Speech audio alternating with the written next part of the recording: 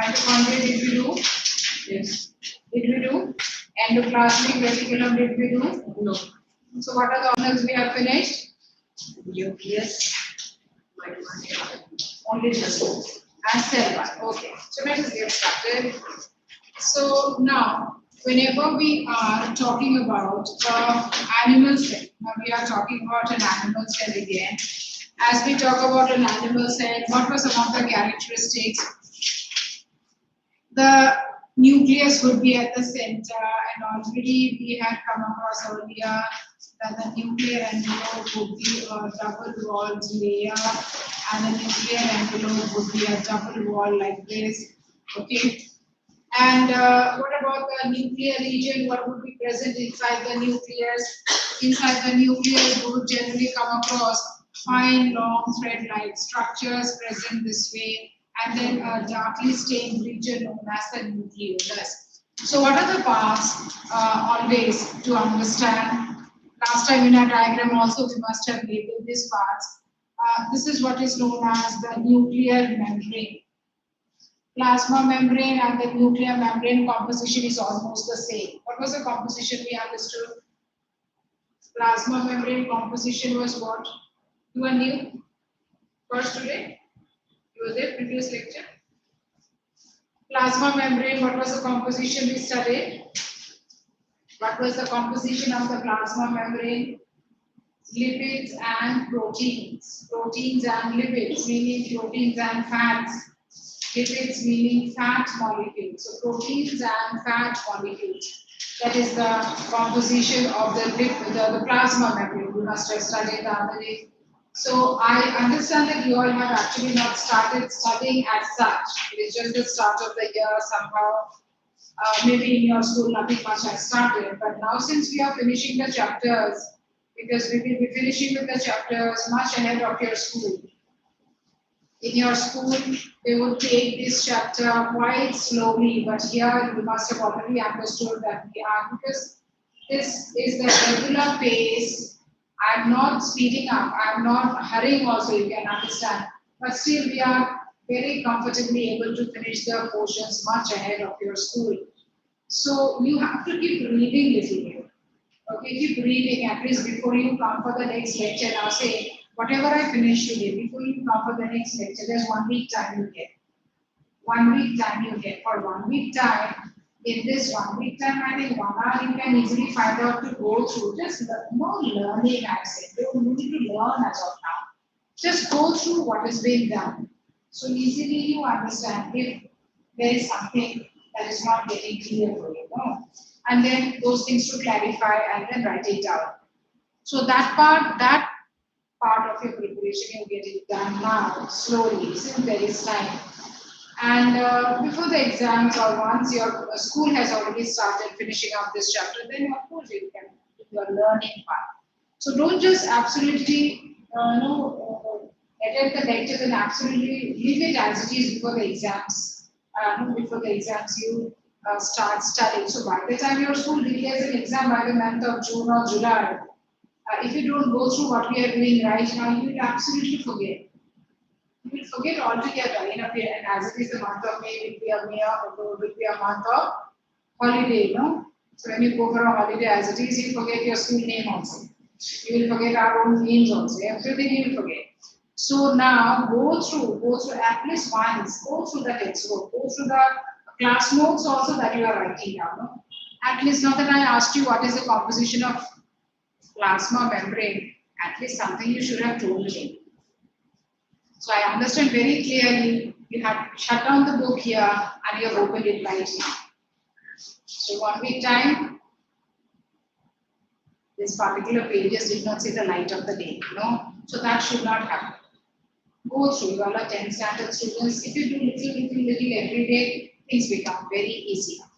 9th standard, sorry, not 10th standard. So we talk about the nuclear membrane. Nuclear membrane, normally we are going to start with the nucleus first. So what are the parts of the nucleus? The nuclear membrane is there. What are these thread-like structures called? These thread-like structures will be termed as the chromatin fibers. These thread-like structures will be known as the chromatin fibers. Then when we are talking about these thread-like structures, chromatin fibers, and if they are condensed, you could say that these are chromosomes. When we are talking about the chromatin fibers or the chromosomes, again remember, these are almost the same things. Composition is almost the same, but there may be only a difference in their coiling. I talk about a long, thin thread, which is uncoiled, which is just long. But the same thread, when I coil and put it round, that may just have finished in this length. And now it looks prominent, now it looks thicker, now it looks broad. So the same is the concept when I talk about chromatin, which can be very long and thin. And when I talk about chromosomes, they are extensively coiled and appear thicker and condensed. Okay. So that is about the concept of chromatin we will learn. And what else to remember? This is a particular structure known as the nucleolus. This is known as nucleolus. And the cytoplasm part is known as the nucleoplasm. The cytoplasm is known as nucleoplasm. We are going to start discussing about the nucleus. What are the cell organelles we are going to take up today? The first that we take up would be nucleus. What about some of the structural aspects of the nucleus? Now, when we talk about the nucleus, some of the structural aspects would be that this nucleus has got these parts that I already explained. So, what about the structure?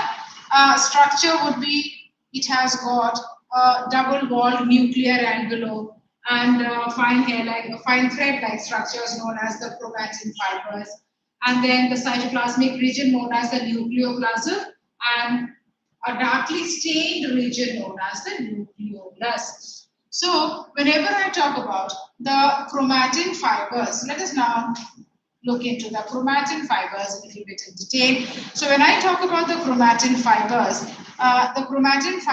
what are they made up of? They are made up of a complex molecule known as the DNA. The chromatin fibers are made up of a complex molecule known as the DNA. What is the full form of DNA? Deoxyribonucleic acid. Deoxyribonucleic acid. So now we are talking about deoxyribonucleic acid is the name of the complex chemical molecule that the chromatin or chromosomes are made up of. This chromatin and chromosome, just now I told you there is no difference composition wise, but the difference only lies in their structural pattern, their coiling pattern, only that. So I talk about my hair strand. When it is straight, it is so long. But if I do the curling, it will become so short, no? And so thick it will look. So exactly the same thing. We talk about chromatin. You talk about the hair strands that we have, or you talk about the long springs that we can understand. In any of the cases, that is the basic structural difference between the chromatin and chromosome. Composition remains the same. You are asked questions. What is the chemical component present inside the chromatin? What should your answer be? DNA. And what is the full form of the DNA? Deoxyribonucleic acid. Now, whenever I talk about the structure of the DNA molecule, the structure of the DNA molecule would be something like this. The structure of the DNA molecule would be something this way. So whenever looking at the structure of the DNA molecule would basically have a structure something like this, which is almost in the shape of a ribbon, here. And this ribbon-like structure that we understand, is made up of certain chemical components, certain repeating units. It is made up of certain repeating units. So this deoxyribonucleic acid that we are talking about, this DNA that we are talking about is what is appearing this way, a ribbon-like structure, but which is wavy, which is not straight again, a wavy ribbon-like structure. But when I talk about this ribbon-like structure, I may understand a small segment. This small segment maybe is responsible for the height that we express. Maybe another small segment I understand. This small segment may be responsible for the shape of the eye that we talk about. Maybe now another segment that I understand. This segment is mainly responsible for the color of the eye and many more such type of characteristics that we can talk about in human. So now this chromosome, which is actually made up of the DNA, this chromosome which is made up of the DNA is divided into so many sections like this, divided into so many segments like this. And each of the segment, now how many segments? In thousands.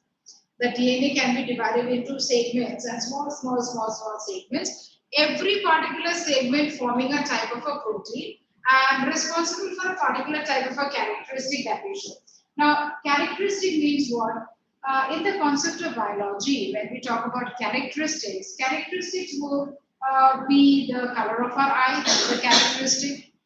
The texture of the hair is a characteristic. The shape of the nose a characteristic. Our height a characteristic. And our likes and dislikes also are characteristic. And our temperament and behavior all are characteristics. Okay.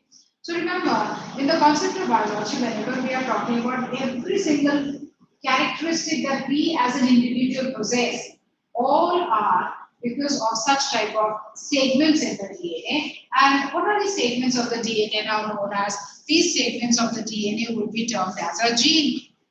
These segments of the DNA known as a gene. Then what is the definition of this word gene? What is the definition of this word? Genes are small functional segments of the DNA that encode a particular protein and help in the expression of a character. So I said that these particular segment actually will result in the formation of a particular type of a protein. Say suppose I write protein X, a particular type of a protein, and because that particular protein, we show a particular height. We show a particular height. So from where did we get this segment of the DNA, or from where did we get these chromosomes in ourselves? We got this chromosome from our parents. We got these chromosomes from our parents, and hence the characteristics also. So now, when we are talking about these basic characteristics that we are talking about, the color of the eye and the height and etc., does it resemble our parents? Yes, it does. Yes, it does. So whenever we talk about any particular character that we look into ourselves, do they resemble our parents? Of course. Either it resembles our mother or it resembles our father. Because we have inherited from them. These characteristics we have inherited from them. And such type of characteristics are actually now known as what? Hereditary characteristics. These are called hereditary. So what is the meaning of hereditary characteristics? Characteristics which can be passed on from one generation to the next. Characteristics that are passed on from one generation to another. These are called hereditary characteristics. Say suppose I make a tattoo here.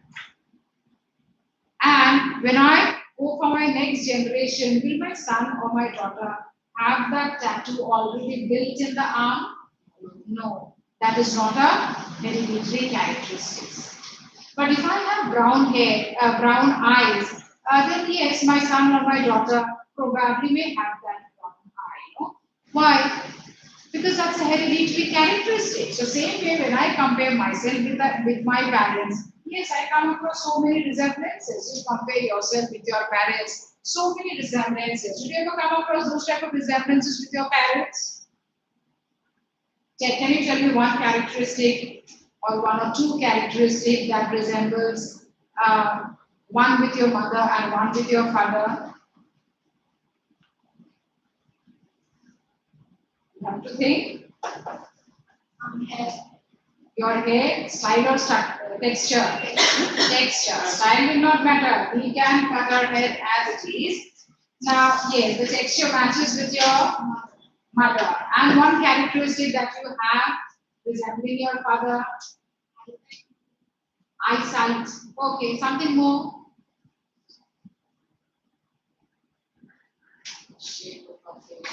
Shape of the face. Resembles your mother. And something to do with your father. इतने सालों में पापा को देखा नहीं अच्छी तरह से. You have to think. Shape of the nose. पापा के साथ कि मम्मी के साथ? सब मम्मी के साथ. पापा के साथ कुछ मैच नहीं हो रहा. पापा के साथ eyes. Shape of the eyes या color? The shape of the eye. Shape of the eye. So now from today, look at your parents very carefully and try to find out कि कौन-कौन से characteristics मम्मी के साथ match हो रहा है and which are the characteristics which matches with your father. And then you will find that there are a whole lot of characteristics that matches with your father, mother, and not only the shape of the eyes, nose, color, but the behavioral characteristics also. Behavioral characteristics also. Maybe your father is short-tempered, and some of us we are. No, and maybe your mother loves music, and yes, some of us we do. So now these choices and likes and dislikes, is it that as it is we develop? No, it is because of the genes and the proteins which are present in our body.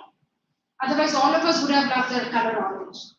All of us would have loved bananas to eat. All of us would have loved roaming and traveling. No, we don't. No. Why? Now, it is quite weird when I say that, no, these things develop in our own. No, these things we, as it is, gets developed in our body. And that is, developed in our body and mind, I should say. And this is all because of the different types of proteins that is getting formed and all because of the genes that we have. So that is about the basic structure of the nucleus. What are some of the functions? Let us learn. What does the nucleus do? Nucleus, when we talk about the nucleus, regulates. The nucleus would regulate the functions. The nucleus would regulate the functions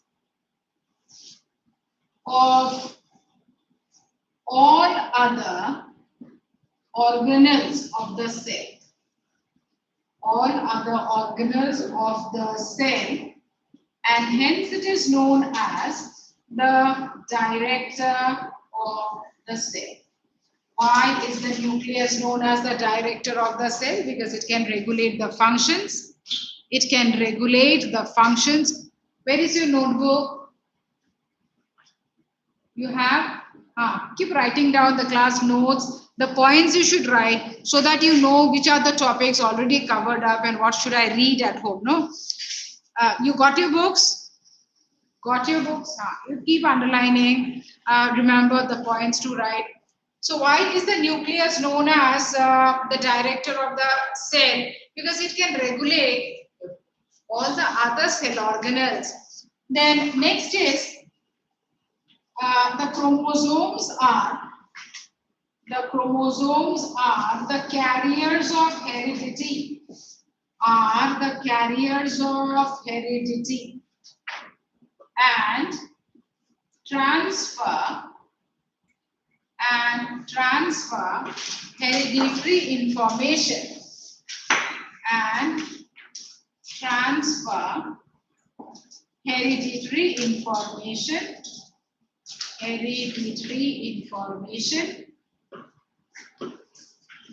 from parents to offsprings, meaning the next generation.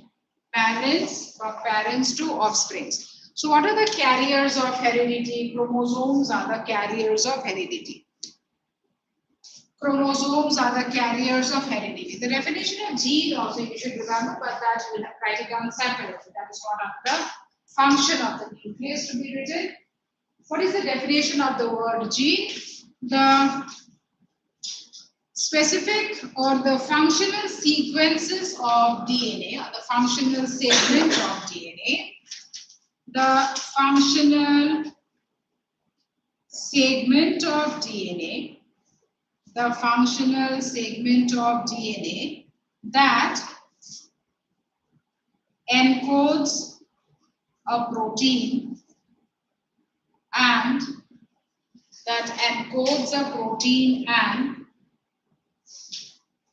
regulates a character, regulates a characteristic, encodes a protein and responsible for the expression of a character, regulates a character. So I already gave you many examples of characters. What does this concept of character mean? So that is about the nucleus that you are supposed to know. Now, the next cell organelle that we are going to talk about would be the endoplasmic reticulum. Let us talk about this. The endoplasmic reticulum. The endoplasmic reticulum. So when we are talking about the endoplasmic reticulum, we come across that in the animal and the plant cells both, there is such type of a network. There is such type of a network of tubular structures like this. There is such type of a network of tubular structures this way. And this network of tubular structures always originate from the nuclear envelope. See here, in both the cases I have started drawing them from the nuclear envelope.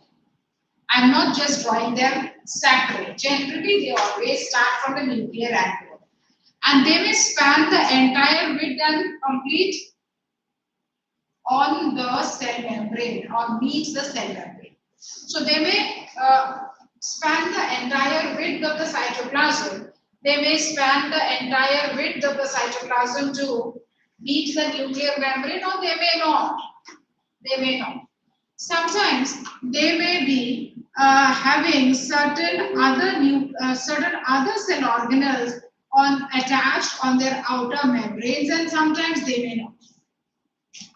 So now, if I talk about this type of a cell organelle, now what type of cell organelle we are talking about? Which cell organelle we are talking about now? We are talking about the next cell organelle, that is endoplasmic reticulum. We are talking about endoplasmic reticulum. Endoplasmic reticulum. Check, did you draw such type of an organelle in your diagram there? Endoplasmic reticulum. So now, this endoplasmic reticulum can be of two types. We can name it as smooth endoplasmic reticulum, and we can name it as rough endoplasmic reticulum. So first of all, we are supposed to understand that this endoplasmic reticulum, what does it do? What is it? Smooth, we are does the synthesis of proteins. Rough does the synthesis of proteins. And the smooth ER does the synthesis of fat. Lipids, correct. So now, let us try understanding the basic structure of the endoplasmic reticulum. So when we are talking about the structure of the endoplasmic reticulum, structure, what about some of the points about the structure? It is a network of double-walled tubes. It is a network of double-walled tubules. It is a network of double-walled tubules. So when we are talking about the double-walled tubules that they have, check here. It is a network of double-walled tubules, always found to originate or start from the nuclear envelope and spanning all throughout the cytoplasm. Then when we are talking about next, may have ribosomes. May have ribosomes attached on their outer surface. May have ribosomes attached on their outer surface. What are their types? Let us talk about the types. One is RER. What is RER? Endoplasmic reticulum plus ribosomes. So endoplasmic reticulum plus ribosomes, that is called rough endoplasmic reticulum. If it is endoplasmic reticulum plus ribosomes, then we will say such type of a endoplasmic reticulum is known to be rough endoplasmic reticulum. How do you describe? What is rough endoplasmic reticulum? A network of tubes like this, where on the outer membrane of on the outer wall of the membrane, certain other granular substance are added or are attached. Now these granular substances which are attached, they itself are another cell organelle. So I may say that these red dots that I show you, these red dots are actually a specific cell organelle. And what are these cell organelles? We can name these cell organelles separately as ribosomes. They are separately a cell organelle, but sometimes they may go and get attached with the endoplasmic reticulum. So, rough endoplasmic reticulum. And where are these rough endoplasmic reticulum basically present? They are present almost in all cells in small, large numbers, but majorly present in the muscle cells in large numbers. in the skeletal muscle cells. You know skeletal muscles? Skeletal muscles you have read ever? Skeletal muscles, smooth muscles, you have not read. So when I'm talking about the muscle cells, muscles you know, no, which are which part of our body, this can be muscles and this can be muscles, the leg muscles, no? So whenever we are talking about the muscles, so now that we are talking about the muscles, these muscles can be of different types. Now in the next chapter you are going to study in detail about muscles. So now that we are talking about the muscles, muscles can be of different types. But now I'm saying that in skeletal muscles especially, of course in all muscles they are present, but since the process of contraction and relaxation is much more in the skeletal muscles, cardiac muscles which make the heart, these are the sites where the rough endoplasmic reticulum is extensively present. So in the muscle cells also you can write, in the muscle cells, rough endoplasmic reticulum is extensively present. What is the need? What is the role? Why should rough endoplasmic reticulum be present in large numbers? Because this type of endoplasmic reticulum is engaged in the synthesis of proteins. We'll come to that function. Now we talk about smooth endoplasmic reticulum. Now for smooth endoplasmic reticulum, we understand endoplasmic reticulum and no ribosomes. Endoplasmic reticulum without ribosomes. If that is what it is, then we are talking about smooth endoplasmic reticulum. Endoplasmic reticulum, which does not have ribosomes attached, smooth endoplasmic reticulum. Where are they present? They are present in the liver cells in large numbers. They are present in the liver cells in large numbers. What about their functions? The endoplasmic reticulum performs a whole lot of a function. So let us learn some 2-3 functions about the endoplasmic reticulum. Number one, the endoplasmic reticulum, since it is a network of tubules, provides a structural framework. It provides a structural framework, is responsible for the definite shape of the cell, remember. The structural framework is responsible for the definite shape of the cell. The endoplasmic reticulum in general I'm talking about. I'm not talking about the rough or the smooth types now.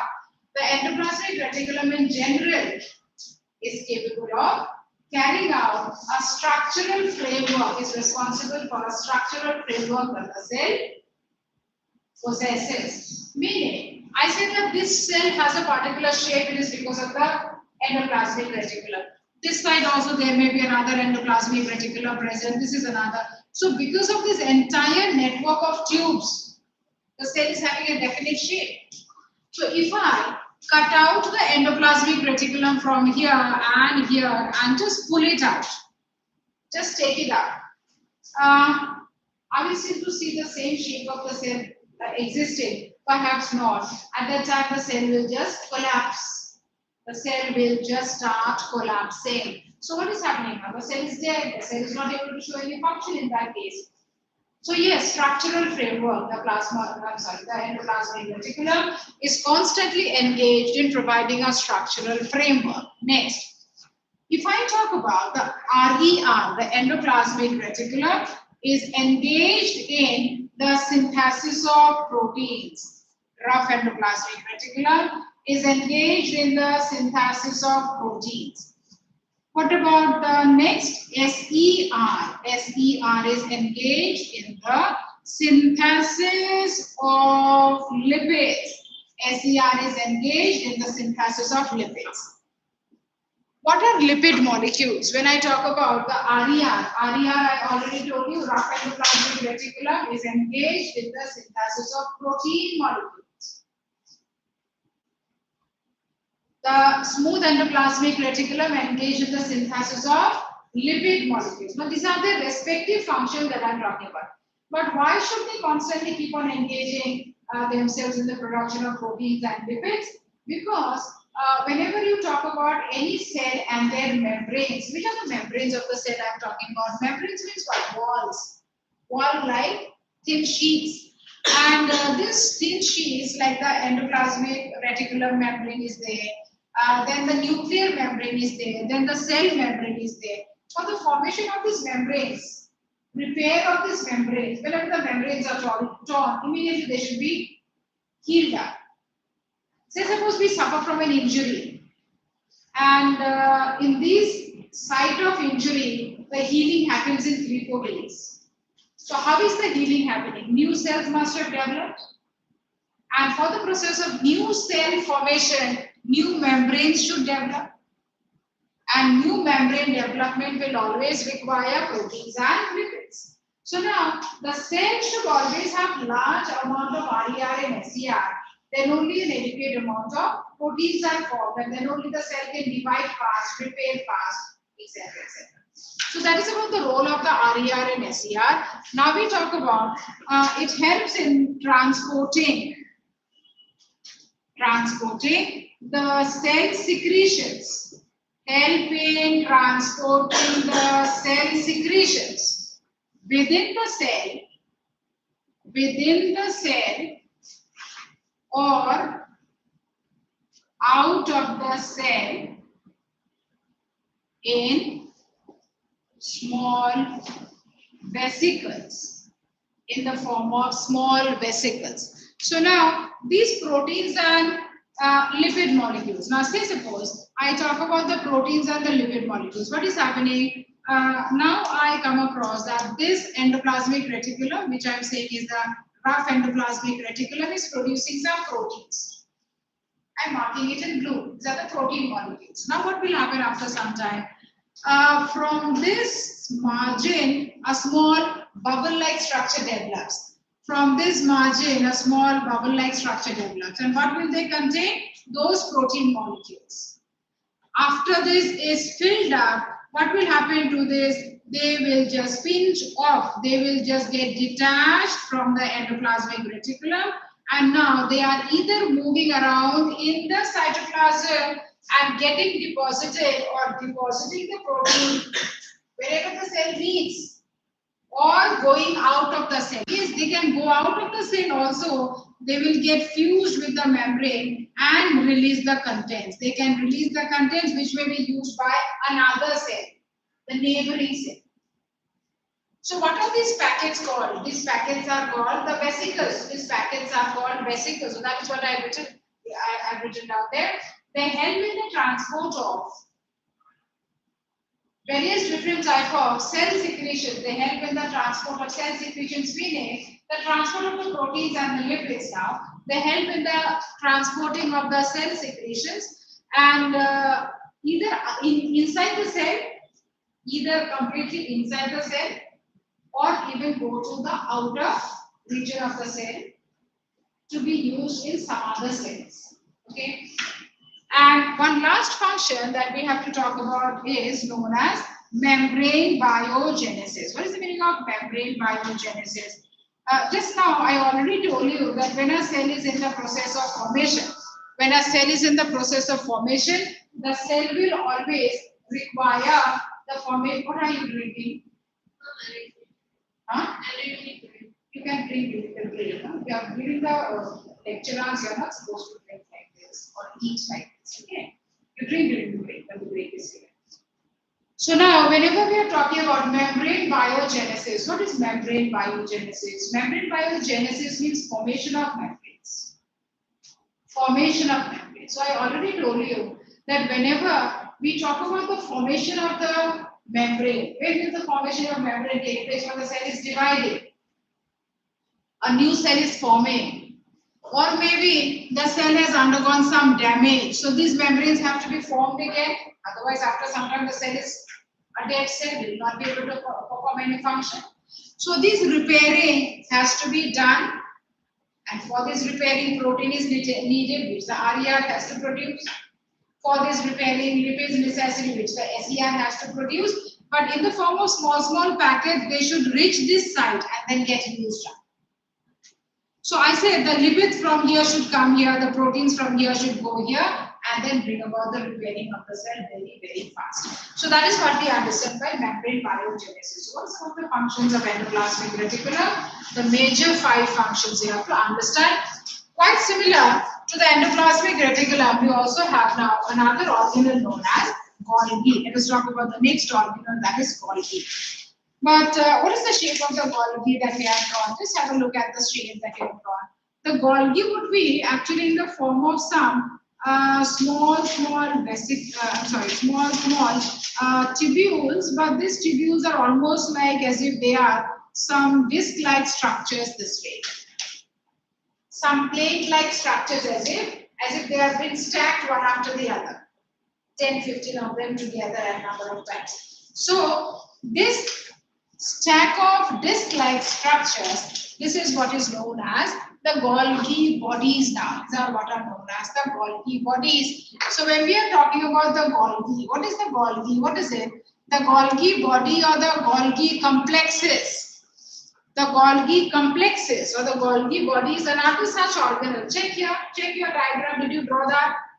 The Golgi body, and the Golgi body is also quite near to the endoplasmic reticulum. The Golgi body is always closely related or closely attached to the or closely placed to the endoplasmic reticulum. They are not attached absolutely, but they are very closely arranged between the nuclear membrane and the endoplasmic reticulum. They will be placed because there is a need.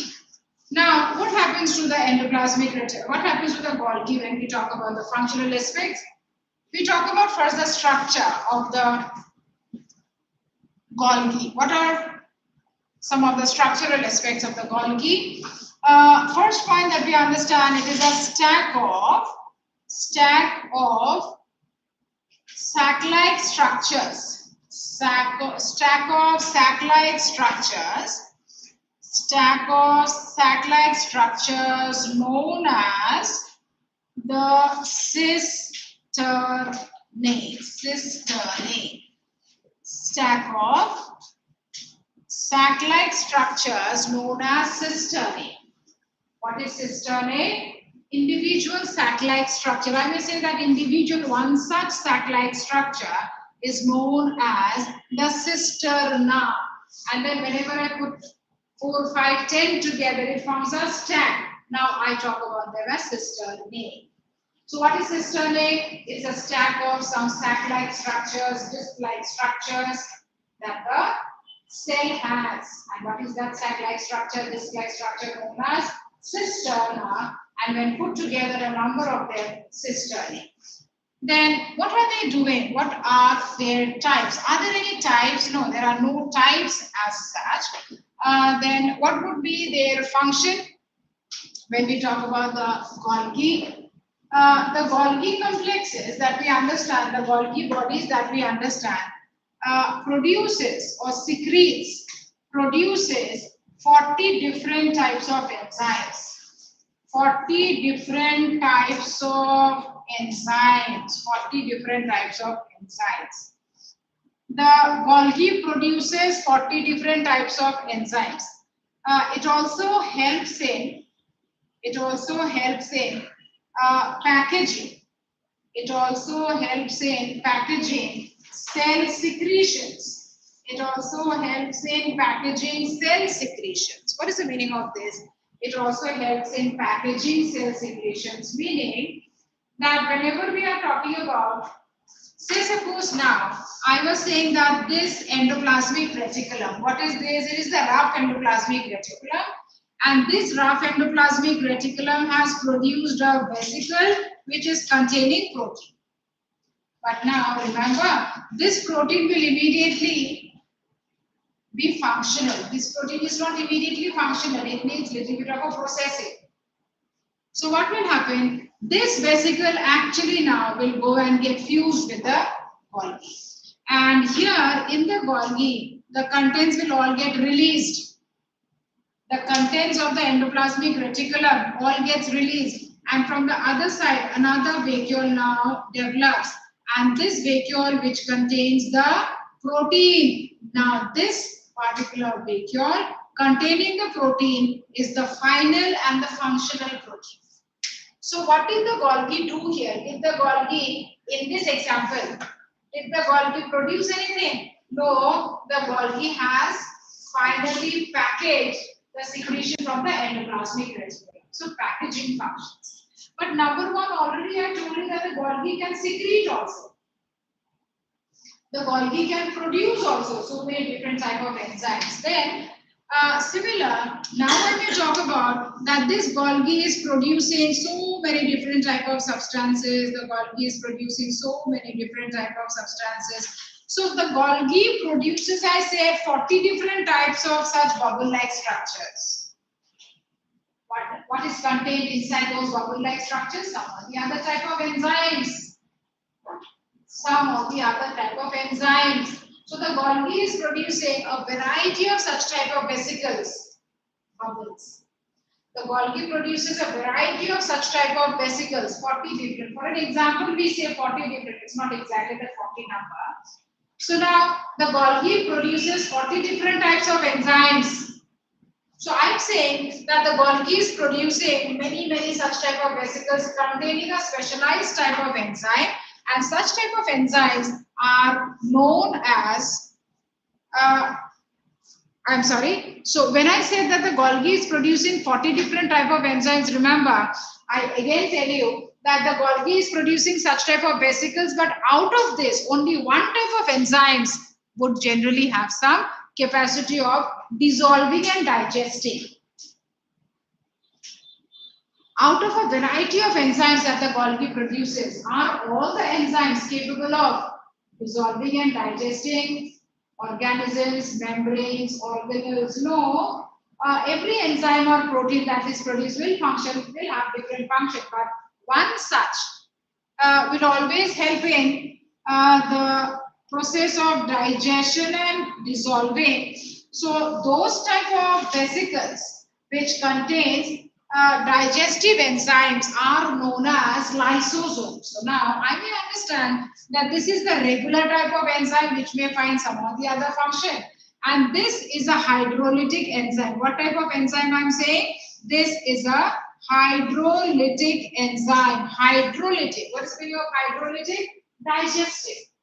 Meaning these enzymes, when they come in contact with the membrane, these enzymes, this entire package, if it comes in contact with the mitochondria will all get dissolved. Hydrolytic. This enzyme, this hydrolytic enzyme, if it comes in contact with the membrane will get dissolved. So all enzymes that the Golgi produce, are they all hydrolytic? No, only one type. So those vesicles which contain the digestive enzymes, those vesicles which contain the hydrolytic enzymes, what are those specialized vesicles called? Those specialized vesicles are called lysosomes. Lysosomes. So when I have to talk about Golgi, till here we have to understand that what is the relation between the Golgi and the lysosomes? Lysosomes are formed from the Golgi. Lysosomes are formed from the Golgi. Now, since we are talking about lysosomes with this reference, we go back to the concept of lysosomes now. What are lysosomes and what do they contain and what do they function? So when we are talking about lysosomes, lysosomes are nothing but a single-walled vesicle containing hydrolytic enzymes. Single-walled vesicle containing hydrolytic enzymes. Hydrolytic meaning digestive. Hydrolytic enzymes containing hydrolytic enzymes. So that is lysosomes. Then two primary lysosomes. Primary means small lysosomes. Two primary lysosomes may fuse together.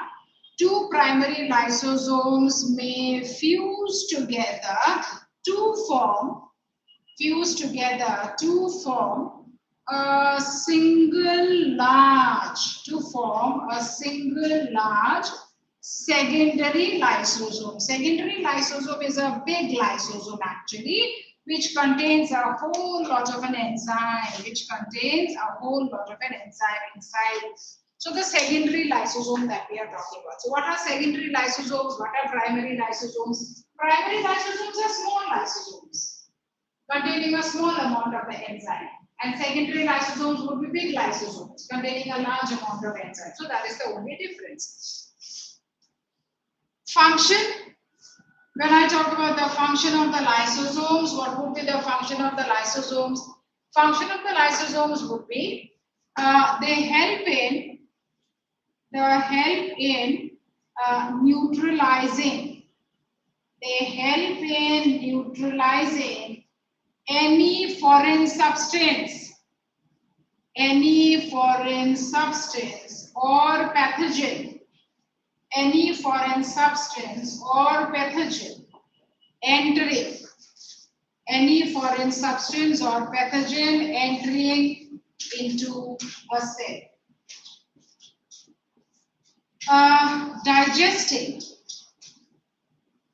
Digesting the organelles and membranes of an old and worn out cell.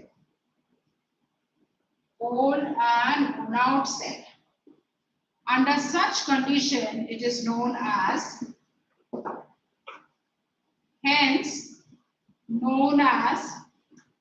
suicidal bags. Now try to understand this. When you are asked to write down the functions of lysosomes, there are two basic functions of lysosomes that you should remember. What is the job of lysosome inside our body? The job of lysosome inside our body is the lysosome should constantly keep on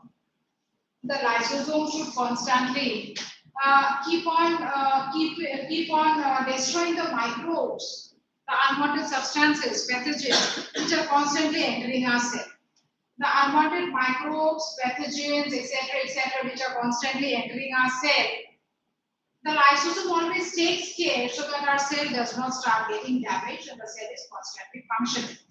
So that is the normal function of the lysosome. That is the original function of the lysosome. That is the true function of a lysosome. But why is it known as a suicidal bag then? It is known as a suicide. Suicide means what? Whenever I am talking about the condition of suicide, we understand that the organism or the cell is dead and completely dissolved or disorganized or something like this. So now here what is happening? Whenever a cell in our body is dead, there are so many cells in our body every day are dying out and they are replaced by new cells. So now whenever I talk about a cell which is dead and in the process of breakdown and has to be released out of the body, and which organelle is helping in this process? It is the lysosomes again. So whenever, say suppose I have certain examples of cells which are getting worn out and dead, I will talk about the RBCs. I will talk about the skin cells. I will talk about the muscle cells. I will talk about the cells of the stomach, intestine, etc., which are constantly replaced. So now, the moment we understand that certain cells of the body are, dead and worn out meaning broken, damaged.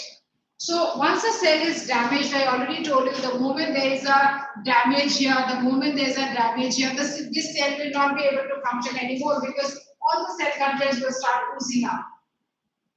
If the membranes are disturbed or the organelles are disturbed. So now what is happening is, whenever we are talking about that, when these things happen to a cell, the cell is worn out, the cell is dead, cannot function anymore, then these lysosomal enzymes start getting poured over all the organelles of the cell.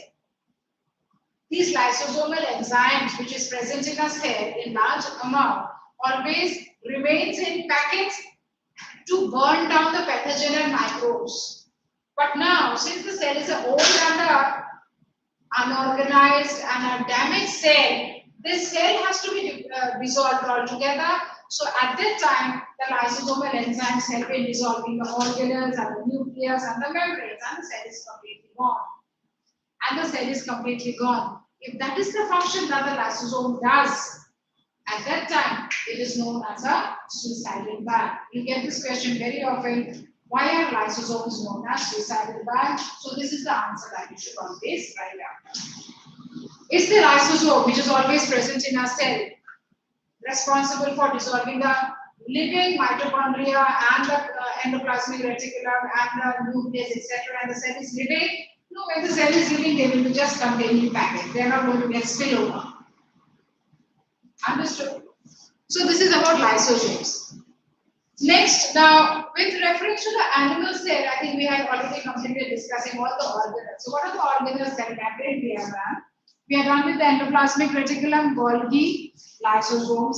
We are already done with the mitochondria. So these are the major organelles that we have in the animal cell to discuss. Centrosome, centriole, we don't have in that portion. Now, what are some of the differences of the animal with that of the plant cell? Now that we try understanding, I may say that now if this is a plant cell, I have to draw. If this is a plant cell, I have to draw. What would be some of the differences that I have to keep in mind? Number one is cell wall. What next?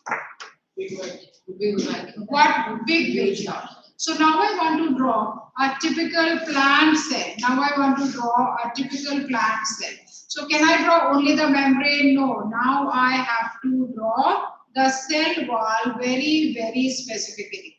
Can I draw the nucleus exactly in the center? No, I cannot draw the nucleus exactly in the center, but the nucleus is moved towards the periphery. At one side, either here. Always moved at one side. Will there be chromosomes or hereditary material? Yes, that is there. Will there be nucleus? Yes, that is also there. And this central region is occupied by a particular vacant space, and this vacant space is known as what? The vacuole. And the vacuole will have what? The water and the minerals stored in it, and this water and the minerals is known as the sap. We'll come to the vacuole later. We are now talking about that this plant cell will have some specialized organelles like this. Now that we are talking about the plant cell, it will have some specialized organelles like this, and these specialized organelles are known as the plastids. These are known as the plastids. So now that I talk about the plastids, what about their structure? The structure is not there in your syllabus to understand the types and their functions only. So when I talk about the plastids, what are plastids? These are those organelles present only in the plant cell, absolutely absent in the animal cell. So what are those types? The first is the chromoplast. Chromoplast. And what would be their role? The chromoplast is producing various different type of pigments. They would produce various type of pigments. Maybe now I talk about one type of pigments known as carotenoids that give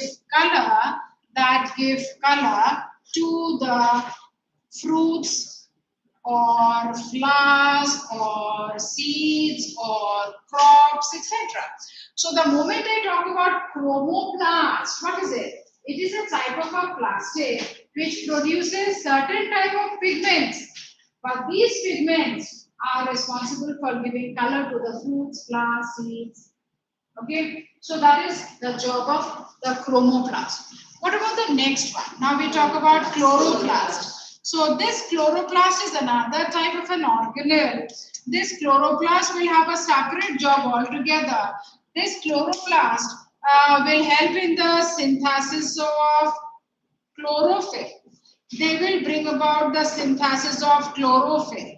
And because they can undergo the synthesis of chlorophyll, the chlorophyll can trap the solar energy. Chlorophyll can trap solar energy.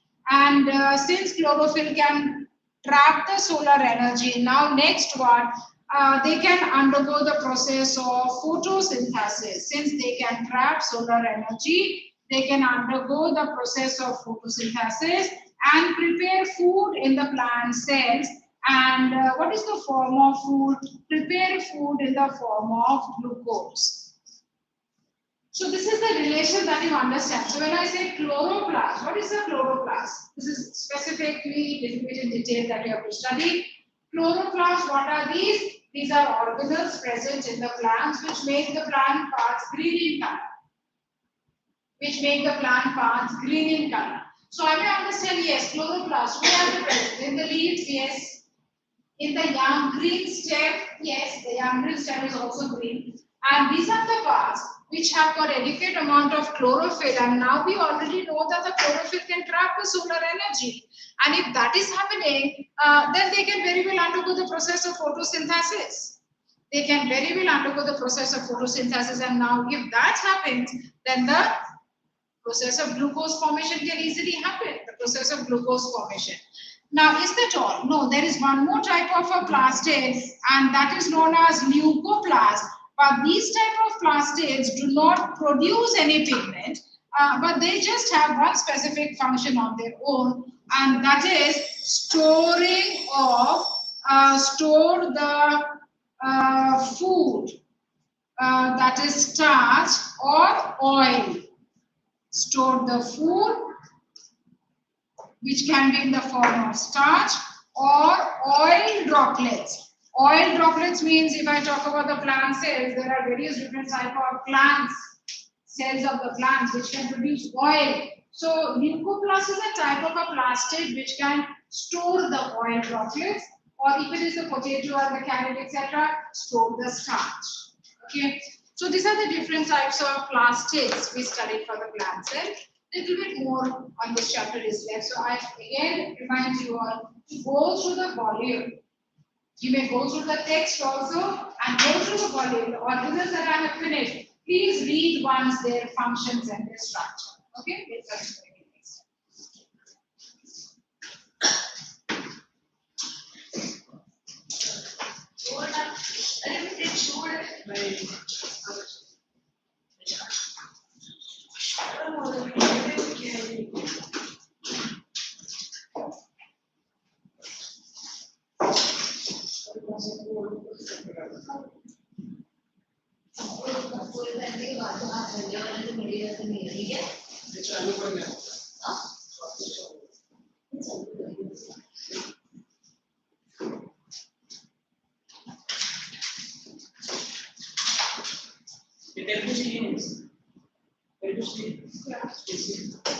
सुनो तो इधर बैठा है, हमको सामने बैठना पड़ता है।